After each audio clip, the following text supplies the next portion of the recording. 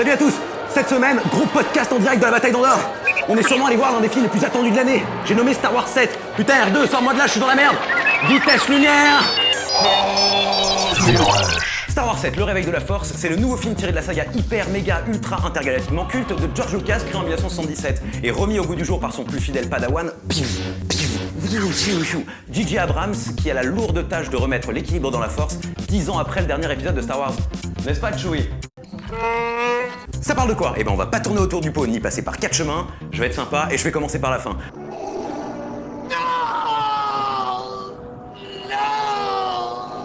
Mais non, je déconne. Reste tranquille, jeune padawan. Je vais pas te spoiler le film. Non, par contre, je vais te dire un truc et je vais vraiment te le dire. L'histoire de Star Wars 7, le réveil de la force, elle prend place 40 ans après le retour du Jedi et il y a plus d'empire, rien, niet. Par contre, il y a une toute nouvelle organisation un peu menaçante qui s'appelle le Premier Ordre.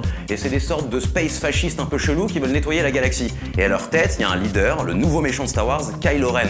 Et lui, il est énervé. Lui, il est pas content. En parallèle, l'histoire elle gravite autour de Finn, un jeune Stormtrooper qui décide de déserter le Premier Ordre parce qu'il sent que c'est la merde pour lui là-bas et qu'il n'a plus rien à foutre ici. Donc du coup, dans sa fuite, il croise le chemin de Rey, la toute nouvelle héroïne de Star Wars, et elle, c'est une pilleuse d'épaves, de cruiser, elle vit dans un walker d'ailleurs, c'est une clocharde du désert, et elle galère sur cette nouvelle planète de Jakku. Et ensemble, ils vont se croiser et leur destin va être lié, quoi. C'est avec qui? Eh ben, il y a un casting qui est en béton armé, il faut le dire. Et on retrouve tous les vieux de la vieille qui nous avaient fait kiffer quand on était gamin. Je parle de R2-D2, C3PO, Han Solo et Chewie, etc.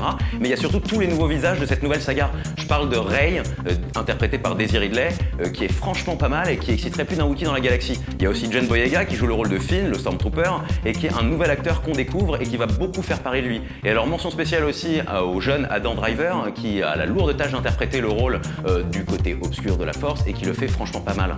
Tu ça compris? Oui, ça oui.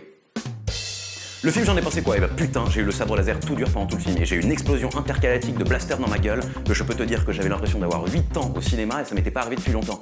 Bref, tout ça pour te dire que le film, il est génial. C'est un renouveau de la saga. Les effets spéciaux sont incroyables. On a rarement vu des batailles dans l'espace aussi bien faites, aussi bien filmées. À la musique, c'est toujours exceptionnel. Il y a John Williams à la baguette. Enfin, tout ça pour te dire que j'ai grave kiffé et je te dis un truc, c'est... Va voir Star Wars 7, le réveil de la force au cinéma le 18 décembre. Mon jeune apprenti, que la force soit avec toi.